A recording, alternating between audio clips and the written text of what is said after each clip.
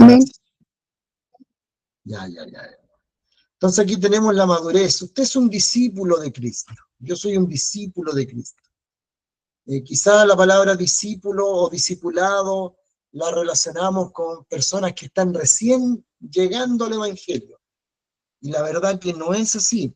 El discipulado básico, el discipulado, ¿cierto?, se realiza para las personas que van llegando al Evangelio, pero la palabra discípulo significa seguidor o aprendiz de Cristo, y Cristo dice que Él viene a buscar una iglesia de discípulos, es decir, personas que ya estén preparadas para todo terreno, para alabar su nombre, que tengan claridad de salvación, que tengan, ¿cierto?, las doctrinas claras, etcétera, etcétera. ¿Ya? Entonces, voy a ver cómo se corre este aquí.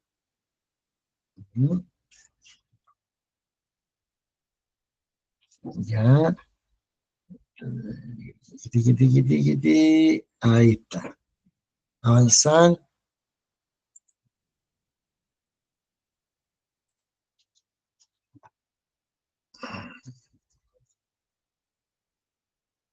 No sé cómo avanzar bien aquí. Espera un poquito.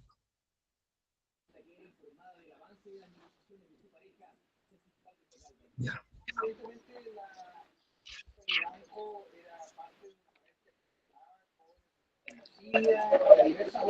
Vamos a ver entonces lo que es la definición. ¿Se ve ahí, claro? Amén. Bien. Dice la definición de madurez. Lo que estamos viendo, recuerde usted, es madurez. ¿Qué significa la palabra madurez? Significa, de acuerdo a Besón, no sé cómo se pronuncia bien, si es Besón o Basón, significa habiendo alcanzado su fin, acabado, completo, perfecto. Entonces, si a usted le preguntan, ¿usted es perfecto, hermano? Sí. Pablo dijo, sed perfectos como yo soy perfecto, pero él no estaba hablando de que la perfección la relaciona a no haber pecado. Una persona, la pregunta sería, ¿una persona puede ser perfecta aún fallando delante del Señor? La respuesta es sí, porque perfección no significa sin pecado. Sin pecado en la Biblia, o a menor pecado, ya ir perfeccionándose en el pecado o madurando en el pecado, es santidad, ¿ya? Pero cuando la Biblia habla de perfecto, no habla que no comete errores, habla de una persona madura.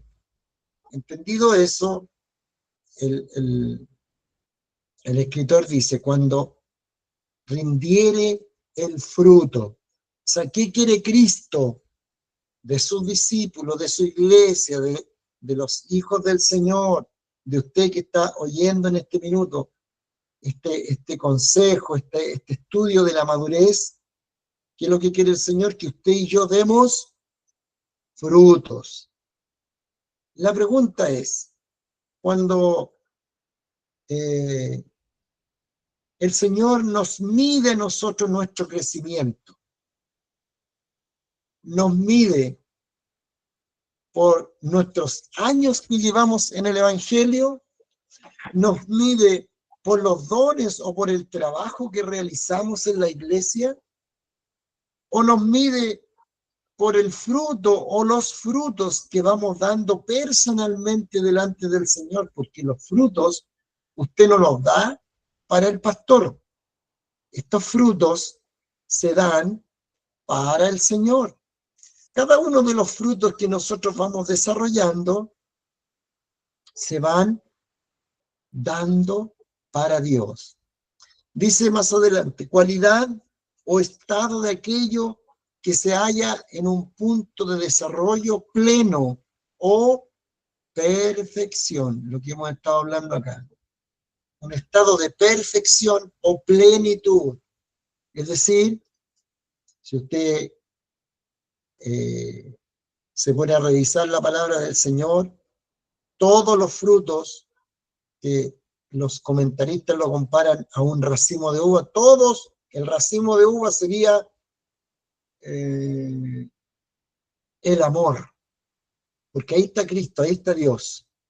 Pero dentro de ese racimo de uva, dentro de ese Dios, dentro de ese fruto, está la paciencia, la bondad, la benignidad, la templanza, la fe, etcétera, etcétera, y cosas semejantes a estas, cosas también que van relacionadas con estos frutos.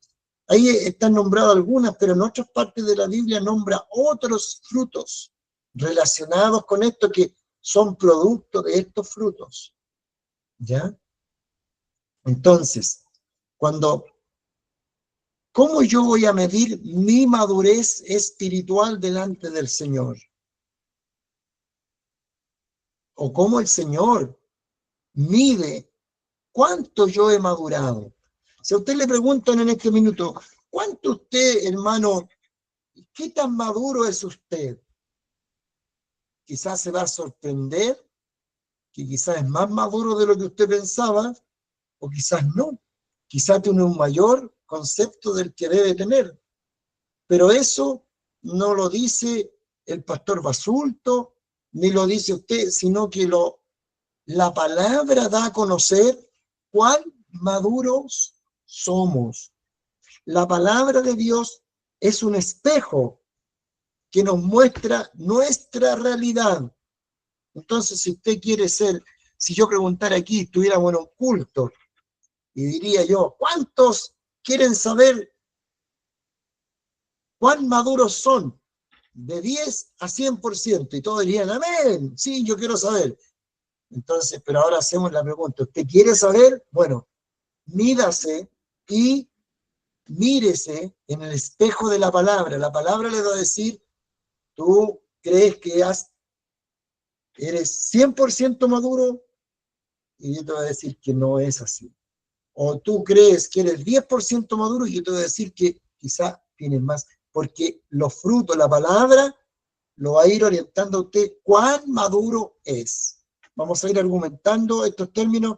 Ya alguien que busque por mientras Efesios 4, 11 y 14, ¿ya? Con una persona que lo busque para que nos ayude a compartir la palabra del Señor, ¿ya? Según la norma bíblica, un cristiano maduro se distingue de un niño espiritual. Esta palabra niño, ¿ya? Está en la Biblia muchas veces y declara una persona inmadura. También se refiere en algunos contextos la palabra niño a carnal, una persona que no es espiritual. Esto se habla mucho en las iglesias, este hermano es espiritual, no, este hermano es espiritual, ¿ya? Pero es importante tener bien entendido el concepto de espiritualidad. ¿Qué realmente es ser espiritual? Aquí lo vamos a ver. En que este último es a menudo inestable. O sea, un niño, un inmaduro, un carnal, es inestable. Y se puede influir fácilmente en él o desviar en materia de doctrina o en materia doctrinal. ¿Ya? Por eso es importante que esto lo va a hacer a usted mirarse en el espejo. Vuelvo a repetir, es importante esta enseñanza, porque así usted se mira en el espejo de la palabra y se mide, a ver cuán espiritual soy yo. Pero también esto lo va a enseñar a usted a discernir a otros cuán maduros o inmaduros son. No lo estoy diciendo para que usted llegue a la iglesia mañana o al domingo y decir, este hermano es carnal, este hermano es espiritual. No, eso es algo interno, es un discernimiento. Porque hay mucha gente que dice, yo soy espiritual, pero sus hechos van por un carril distinto. ¿Se fijan? Entonces, no diga nada usted, solamente la palabra le va a enseñar a usted a discernir cuando usted está actuando maduramente o cuando está creciendo y se está perfeccionando y cuando está actuando como un niño. Y también lo va a ayudar a discernir de otros cuando son niños, cuando son inmaduros, cuando son carnales, cuando no son tan espirituales. ¿Se entendió esa parte, verdad?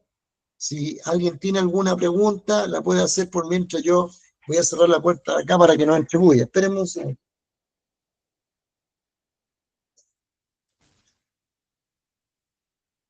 ¿Entendimos la primera parte, mis amados hermanos y hermanas? ¿Alguien que me ayude si todo está entendido? El hermano Iván de Totigüe dejó una pregunta, dice, en síntesis, pastor, ¿el Señor nos mide por los frutos que vamos dando? Gracias por la pregunta, hermano Iván, dice de Totigüe. Sí, el Ya. hermano Iván de Totigüe. Ojalá tuviéramos muchos hermanos Iván que preguntaran. Perfecto. Claro que sí. Esa es la medida que usa el Señor, la vara que usa el Señor para medir nuestro crecimiento. Ahora, nosotros en las iglesias medimos una persona si es que es bueno para esto otro, y por la cantidad de cosas que hace. Pero el Señor tiene otra medida para medir nuestra madurez, que es el fruto del Espíritu. Amor, gozo, paz, paciencia, benignidad, bondad, fe, mansedumbre y templanza. Y cosas semejantes a esta que nacen de este racimito de uva. ¿Ya? Por supuesto que sí. El Señor nos mide nuestra madurez. Porque, a ver, pongamos un ejemplo bien de iglesia. Puede haber una persona, un predicador. Vamos más allá, del extremo, para que se entienda mejor el ejemplo. Un pastor que predique la palabra. Ese es un don de Dios. El predicar la palabra, estamos claros todos que es un don de Dios. No todas las personas tienen el don de predicar, ¿ya? ¿Qué predica la palabra? Esa persona puede ser inmadura, puede ser carnal, puede ser niño, puede ser imperfecto. La respuesta es sí, porque el crecimiento, la madurez, no lo da el título. Se supone o se debería ser que el pastor sea más maduro que los demás hermanos porque está guiando por su testimonio, etcétera. Pero puede darse el caso que una persona que esté pastoreando una iglesia, que esté trabajando en la iglesia, aún tenga señas de inmadurez. No tiene la madurez perfecta, no es perfecto para abordar las situaciones y supongamos usted que es un pastor enojón. Supongamos que hay algún pastor enojón. Yo no he conocido ninguno, pero supongamos que hay un pastor enojón. ¿Ese es un fruto o una obra de la carne? Y ahí está el discernimiento que le enseña a usted a poder determinar si la actitud de cada persona, partiendo por mí, no es que usted ya se contrate un dedo acusador, el dedo índice, y anda acusando, este hermano es carnal, este hermano es espíritu. No es el espíritu de esta enseñanza. Recuerde que estamos perfeccionándonos y el Señor nos está dando una herramienta para discernir en otros, pero primero tengo que discernir en mí. Porque de lo contrario yo mismo me convierto en un carnal porque estoy apuntando a otro y estoy discerniendo de otro y no discerno de mí mismo. Lo primero que tengo que discernir es en mí. Pero sí me ayuda la palabra para poder ver cuándo me están metiendo el dedo en la boca. ¿Ya? Cuando yo estoy siendo engañado y hay apariencia de espiritualidad, con gritos, con saltos, con tantas cosas, apariencias de espiritualidad. Pero la espiritualidad, lo que estamos dejando claro, porque esta es la introducción a la madurez, lo que estamos dejando claro y sentado acá, que el Señor nos va a medir por nuestro fruto, es decir, por nuestro carácter. Cómo nosotros abordemos las distintas situaciones como problemas o como cotidianamente sea desarrollado en la iglesia, pero también en nuestro hogar. Por eso que esto, hermano, nos vamos profundizando a tal punto que la madurez del cristiano, del discípulo, no es solamente en la iglesia. A veces somos hermanos de iglesias perfectos, buenos, buenísimos, pero en la casa somos distintos. En la casa, en el hogar, no somos buenos padres, no somos buenos esposos, no somos buenas esposas, no somos buenos hijos. Y eso tiene relación con el carácter, con la madurez, con el crecer en Cristo.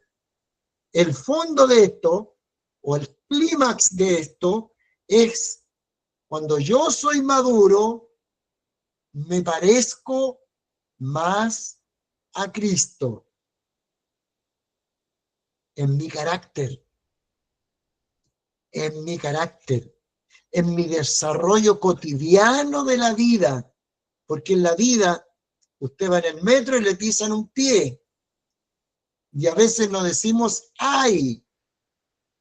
El entendido entiende. Entonces, afloran nuestras carnalidades, afloran, por decir un ejemplo básico, pero eso usted multiplíquelo o potencielo, de que a veces nuestra actitud en el hogar, en el trabajo, en la iglesia, en todo lugar, a veces no es tan espiritual. Y es eso, hermano, lo que el Señor en definitiva quiere lograr en nosotros, un desarrollo espiritual para que seamos personas de testimonio, para que seamos personas que seamos creíbles, para que nosotros invitemos a alguien a la iglesia y nos salga la gente pelando, diciendo, ¿sabe qué? Me invitó el de ahí de la esquina a la iglesia y él tiene su casa pies para arriba, y cómo me invita a mí, quiere que vaya yo, y siendo que él no arregla su vida, su casa. Entonces, a veces hacemos el hazme reír, y nuestro testimonio echa a perder todo lo lindo que Dios quiere hacer en nosotros. ¿Alguien tiene Efesios capítulo 4, verso 11 al 14? Que lo lea, por favor, me ayude con claridad, con voz fuerte y clara. Amén. Acá, Coilaco. Coilaco, Dios le bendiga. Mi hermano Sebastián. Sebastián, Dios te bendiga, Sebastián. Amén. Dice, y él mismo constituyó a unos apóstoles, a otros profetas, a otros evangelistas, a otros pastores y maestros, a fin de perfeccionar a los santos para la obra del ministerio, para la edificación del cuerpo de Cristo, hasta que todos lleguemos a la unidad de la fe y del conocimiento del Hijo de Dios, a un varón perfecto a la medida de la estatura de la plenitud de Cristo, para que ya no seamos niños fluctuantes, llevados por doquiera de todo viento de doctrina, por estratagema de hombres que para engañar emplean con astucias las artimañas del error. ¿Ya? ¿Cuál es la explicación de este versículo? Y ahí aparece de nuevo la palabra niño. ¿Sí? Ahí aparece de nuevo la palabra niño. Entonces, niño, dice, para que ya no seamos niños. ¿Qué quiere decir ahí en ese contexto la palabra niño? Para que ya no seamos inmaduros, para que ya no seamos personas crédulas, ¿ya? O simples, más bien dicho.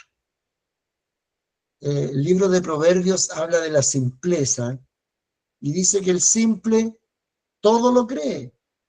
Le dan una palabra aquí, la cree. Le dan otra palabra allá, la cree.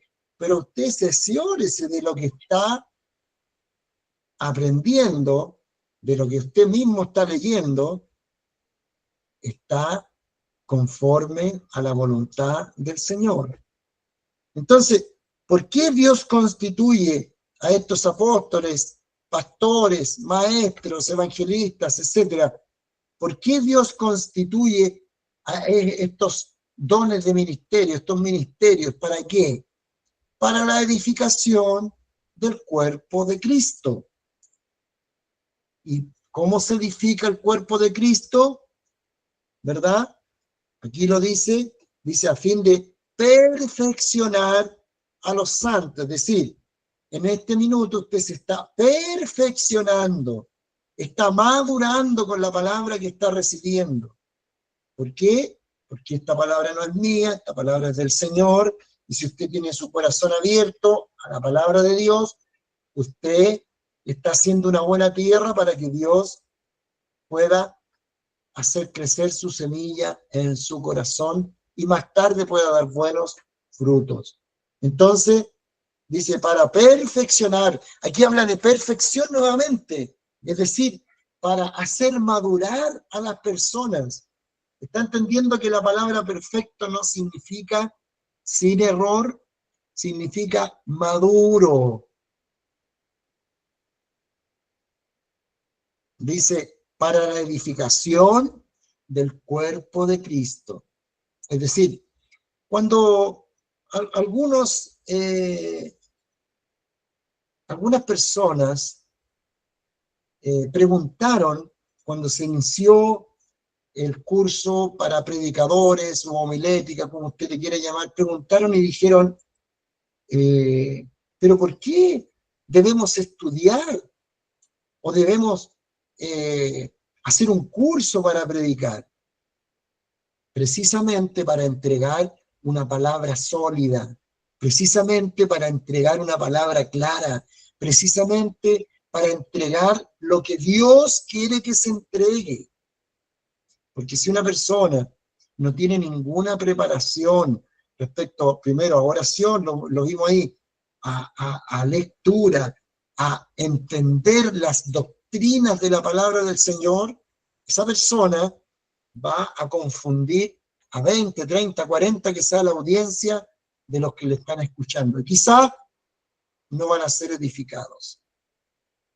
Entonces, ¿por qué tenemos que perfeccionarnos, madurar? Es profundizarnos en el conocimiento de Cristo. Hasta que todos lleguemos a la unidad de la fe y del conocimiento del Hijo de Dios, a un varón perfecto. Entonces, tengamos nuestro corazón abierto y digamos, ya perfecto no es aquel que no comete error. Cristo quiere que seamos perfectos, que seamos maduros. A un varón, por supuesto habla de la mujer, perfecto, maduro, a la medida de la estatura de la plenitud de Cristo. ¿Cuál sería nuestro límite de crecimiento? ¿Hasta dónde vamos a crecer? Me río un poquitito, hermano, porque yo sé que usted ha visto esta realidad y se la voy a mencionar. Le voy a dar este ejemplo. Hay gente en la iglesia y no voy a dar nombre, solamente voy a dar ejemplo y no digo que todos están mal, pero se da en las iglesias, se da mucho esto, que gente que aprendió un poquitito de la palabra y dice, ¿sabe qué? Y supongamos que Dios lo usa en la predicación, que Dios lo usa en algún don. Y dice, esta iglesia ya me quedó chica. Como que me tengo que buscar otra iglesia porque aquí ya no crezco. Aquí ya no crezco. Bueno, se supone, esa persona que dice eso, de acuerdo a esta palabra que estamos hablando en este minuto, debería ser como Cristo. Porque ¿cuál es la medida que usa el Señor en su palabra del crecimiento? Es la estatura de Cristo. Es decir, la persona que ya creció a la estatura de Cristo puede decir, ¿sabe qué? Yo he crecido y ahora imítenme a mí. Pero ¿cuántos de nosotros nos falta crecer a la estatura de Cristo? Nos falta perdón, nos falta amor, nos falta tantas cosas que si no estamos pegados a la vid, nunca las vamos a lograr. Entonces, ¿cuál es la realidad de los hermanos en esa iglesia? Que se miden con otro hermano, que se miden con otra iglesia, que se miden a sí mismo. Pero cuando ese hermano, cuando yo me mido en el espejo de la palabra, empiezo a cada vez estar más chiquitito. Porque el que quiera ser grande, tiene que ser pequeño, tiene que ser servidor de todos.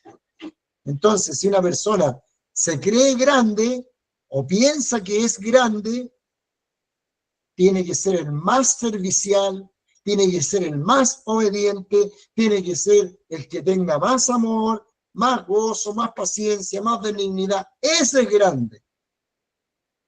Los que no tenemos todas esas cualidades de ese fruto, todavía aún nos falta madurar. ¿Se entendió esta parte, hermanos?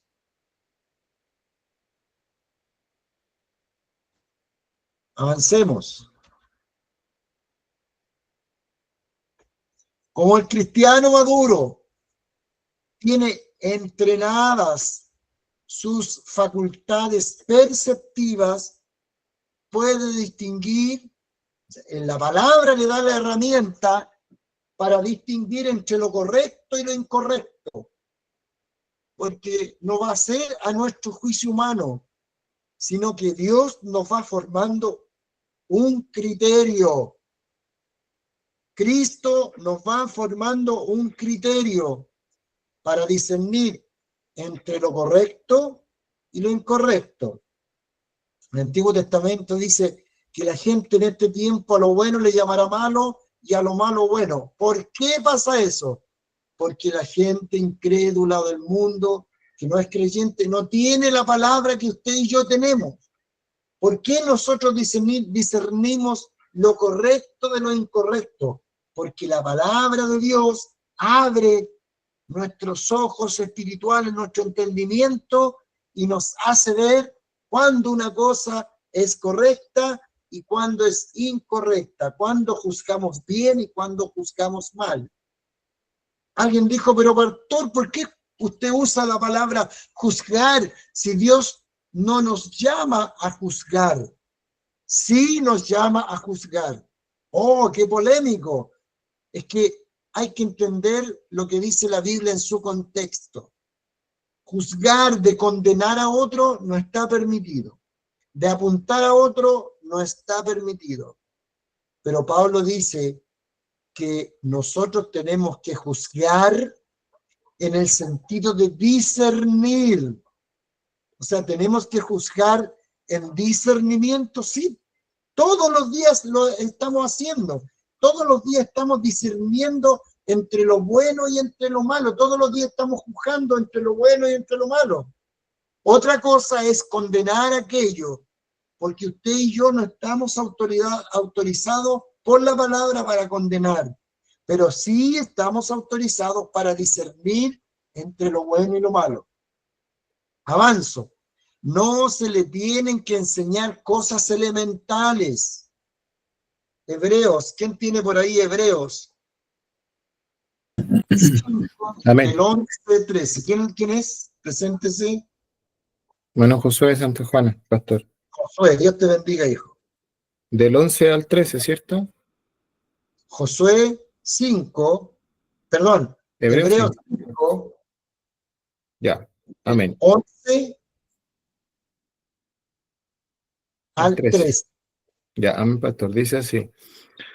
Acerca de esto tenemos mucho que decir y difícil de explicar, no porque os habéis hecho tardos para oír, porque debiendo ser ya maestros después de tanto tiempo, tenéis necesidad de que se os vuelva a enseñar cuáles son los primeros rudimentos de la palabra de Dios, y habéis llegado a ser tales que tenéis necesidad de leche y no de alimento sólido. Y todo aquel que participa de la leche es inexperto en la palabra de justicia, porque es niño. Porque es niño, porque es inmaduro, porque es carnal. Los primeros rudimentos es, hermano, usted tiene que congregarse. No podemos nosotros volver atrás y que se nos esté enseñando cosas básicas como congregarnos. Hay gente que hay que ir a ver al hogar para que se venga a congregar.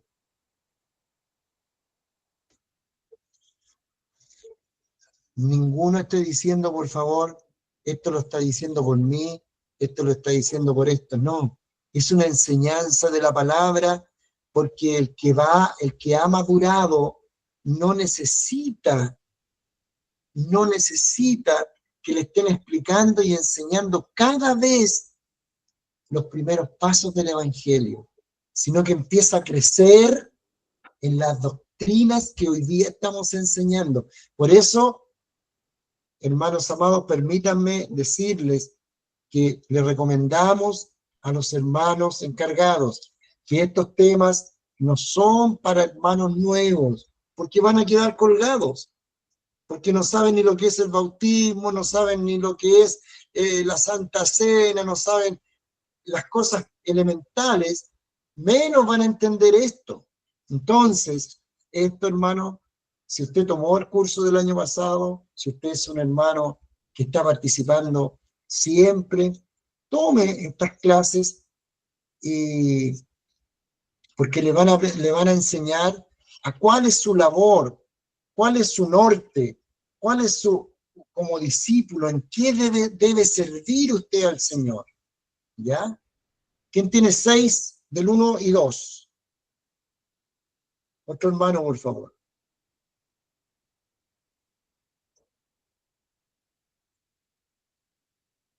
Hebreos 6, 1 y 2.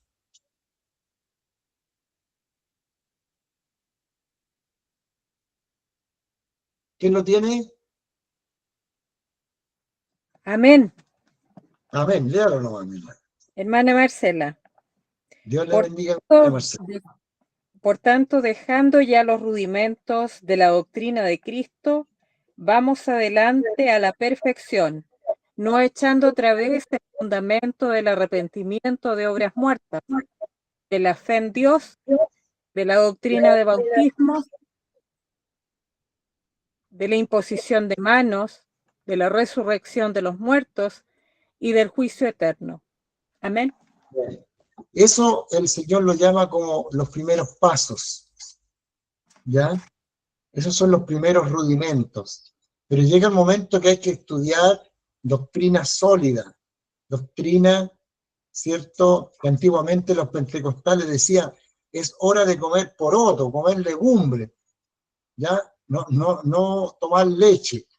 Es decir, las cosas pan, vino, pero por la palabra, con cariño, con amor, con doctrina, con enseñanza, con el espíritu de compartir la palabra, no de apuntar a nadie, porque todos somos, de alguna manera, confrontados, esa es la palabra, confrontados por la palabra, por Cristo, porque el Señor quiere que crezcamos. Y todas esas inmadureces, esas niñerías, esas carnalidades que tenemos, irlas dejando atrás. Porque eso no permite que avance la obra de Dios. Voy a avanzar rápido porque me quedan un par de minutos solamente. Dice, no se guía por la sabiduría humana, sino por el Espíritu de Dios. Y en 1 Corintios, el capítulo 2, verso 6, dice así: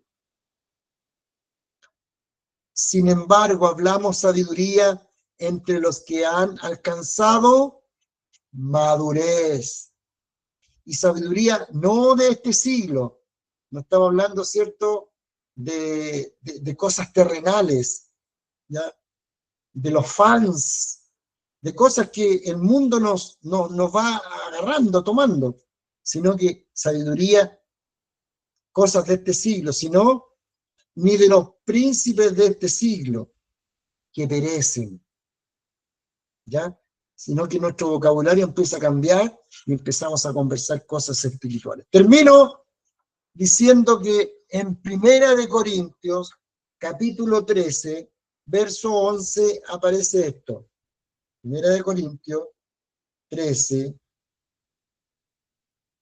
me equivoqué, 13, 11. Hablando Pablo en el contexto del amor, él termina su carta diciendo esto: cuando yo era niño, hablaba como niño, pensaba como niño, juzgaba, se fija que aquí dice, habla la palabra juzgar, pero no de condenar, sino que de discernir, como niño. Mas cuando ya fui hombre, cuando ya fui maduro, cuando ya fui perfecto, dejé lo que era de niño. Aquí la palabra clave, de acuerdo a este cuadrito que usted ve ahí, es la palabra dejé. Dejé. O sea, él tomó una decisión. Y es importante, hermano, en conciencia, que los oyentes en esta noche y en lo sucesivo tomen una decisión. Si quieren seguir en la senda de la carnalidad, de la niñería, de la imperfección, de la inmadurez, tiene toda usted el libre albedrío, tiene la libre decisión de hacerlo. Lo único que sí, la salvedad que yo hago como enseñador de la palabra, que toda decisión tiene su consecuencia. Toda decisión tiene su consecuencia. Por otra parte, si usted quiere tomar la decisión de crecer, va a tener que estar primero, entregarse en las manos del Señor para que Él le hable conforme sea su voluntad y preparar su corazón, tener un corazón enseñable para que Cristo lo ministre. Entonces, quizá muchos, mi oración final va a ser para que usted tome la mejor decisión en este año y no esté diciendo me conecto, no me conecto, diga con seguridad, con certeza, esto es lo que me alimenta, esto es lo que me conviene, esto es lo que yo necesito para mi vida espiritual, porque usted ya no pertenece al mundo, usted es un hombre, una mujer del Señor. Amén. Déjeme, estoy saliendo de acá. A ver, ¿cómo salgo de acá? Aquí. Está la grande aquí. Y aquí deja de compartir.